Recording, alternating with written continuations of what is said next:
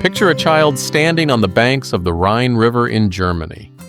The water moves steadily, carrying whispers of places far away. Her family had fled there from Czechoslovakia, escaping the chaos of World War II. That little girl was Theresia, and already her life was marked by resilience. You probably walked past someone like her once, just another older woman in line at the grocery store. But behind those eyes was a story of oceans crossed, decades of devotion, and quiet, everyday joy. I'm Steve Rode, and this is True Stories from the Obit Files. Every week, I share one real story pulled from an obituary. Ordinary people who lived extraordinary lives right beside us. If stories like this matter to you, hit subscribe. I bring a new one every Monday. Theresia was born in 1938 in Czechoslovakia. She was 86 when she passed in Tennessee. But before Tennessee, before even America, her path wound across Europe.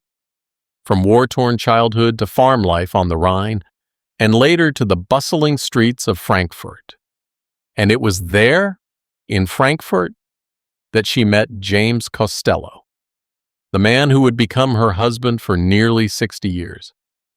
I can imagine them walking those German streets together.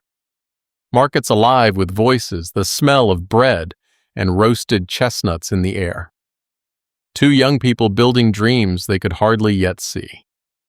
Theresia's life shifted forever when she boarded the SS United States, sailing toward a new home. She became an American citizen and married James in Atlantic City in 1965. From there, the world! Literally!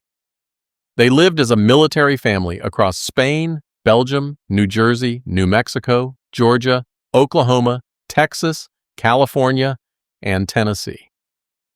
They cruised the Panama Canal, traced the fjords of Norway, gazed on glaciers in Alaska, and walked through the palaces of China and Russia.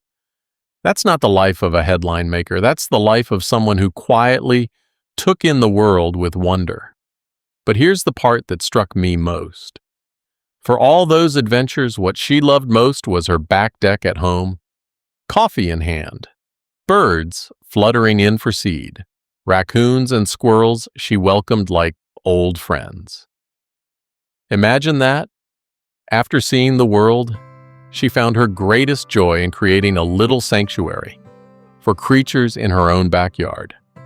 Theresia was an avid reader, a puzzle solver, and someone who found beauty in simple rituals. In her last year, she was cared for at Martin Boyd Christian Home, where nurses and staff treated her with what her family called angelic kindness. Her daughter Laura, son-in-law Jürgen, and granddaughters Allison and Olivia carry her memory. And for them, those small deck moments, the animals, the books, the puzzles, might mean as much as the stamps on her passport. Not everyone measures a life in monuments or achievements. Some lives are measured in migrations survived, in decades of shared love, in mornings spent watching birds on a quiet deck. Theresia's was one of those lives. Every person carries both oceans and small back decks inside them. Would you see both if you look closely?